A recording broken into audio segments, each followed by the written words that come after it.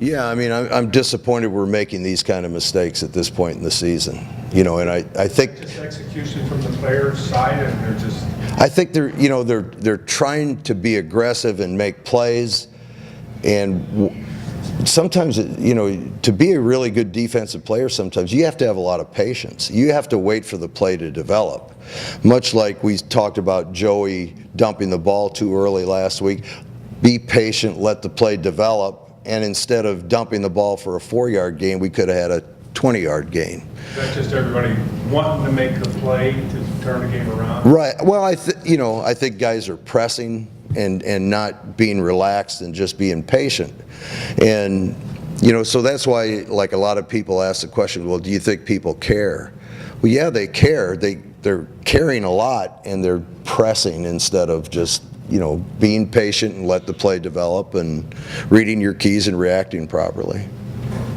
Put a little more stock into how your team responds tomorrow after what happened last week. Oh yeah, I think it's going to tell you a lot about character and how we handle adversity. First of all, I think our offensive line last week played a little bit too lateral in the running game. We need to come off the ball harder and get a little bit more push up the field. The other thing is I think Chad's got to press the line of scrimmage a little bit more. Last week he was impatient and he cut back a little bit too early. So, like for example, I remember one play where Joe Lobendon was able to come back and make the tackle on Chad in the hole, which was wide open. But Chad should have pressed the line of scrimmage where Joe had a gap responsibility away from the hole that actually opened up. And those are the little things we have to do better. So if he would have pressed that gap and forced Joe into that gap, then he could have cut back and Joe would have been picked off by his own D lineman. So those are just the little things we just have to do better.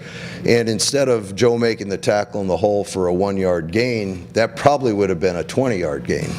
So that's the difference between victory and defeat. I mean, when you do a lot of little things wrong, then it piles up on you.